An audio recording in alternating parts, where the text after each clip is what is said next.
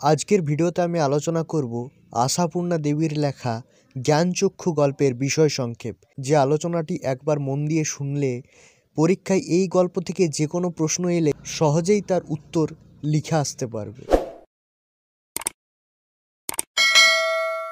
গল্পের শুরুতেই আমরা দুটি চরিত্রের সাথে পরিচিত হই। প্রথমজন তপন, এই গল্পের প্রধান চরিত্র, এবং দ্বিতীয়জন তপনের ছোট মেসো। এরপর গল্পের অগ্রগতির সঙ্গে সঙ্গে আমরা জানতে পারি যে তপন তার ছোট মাসির বিবাহ উপলক্ষে তার মামাবাড়ি ছুটি কাটাতে এসেছে।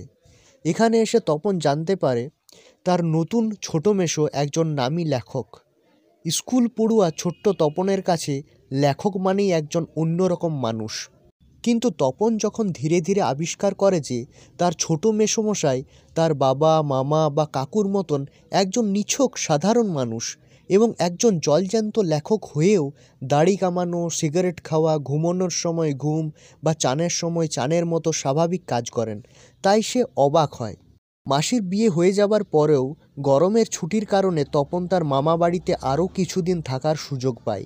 এদিকে তার প্রফেসর লেখক ছোট মেসোও তার কলেজ বন্ধ থাকার কারণে আরও কিছুদিন মামা বাড়ি থেকে যান।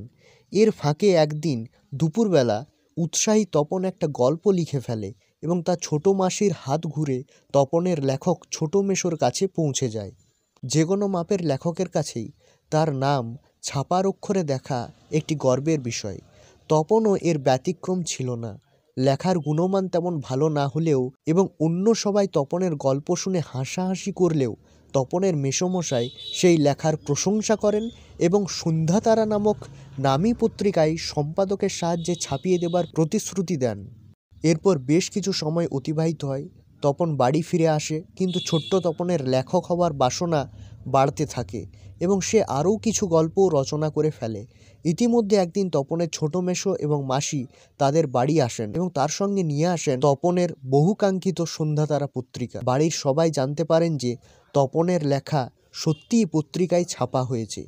পত্রিকায় ছাপার অক্ষরে প্রথম দিন গল্পের নাম শ্রী তপন কুমার রায় লেখক দেখে সবাই আনন্দিত হয়।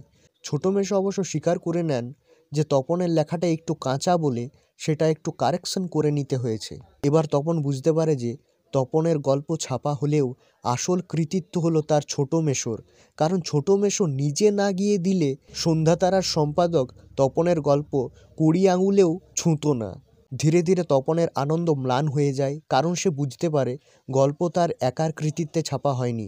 এরপর তার মায়ের অনুরোধে গল্পটি পড়া শুরু করলে তপন আসল ধাক্কাটা খায়। সে বুঝতে পারে মেসো তার গল্পটিকে আগাগোড়াই কারেকশন করেছেন, অর্থাৎ নতুন করে লিখেছেন নিজের পাকা হাতের কলমে। এরপর দুঃখিত তপন সংকল্প করে যে সে যদি কখনো আরও লেখা ছাপাতে দেয় তো সে নিজে গিয়ে দেবে নিজের কাঁচা লেখা, ছাপা হয় হোক না হয় না হোক। এইভাবে তপনের জ্ঞানচক্ষুর উন্মোচন বা বোধোদয় হয়।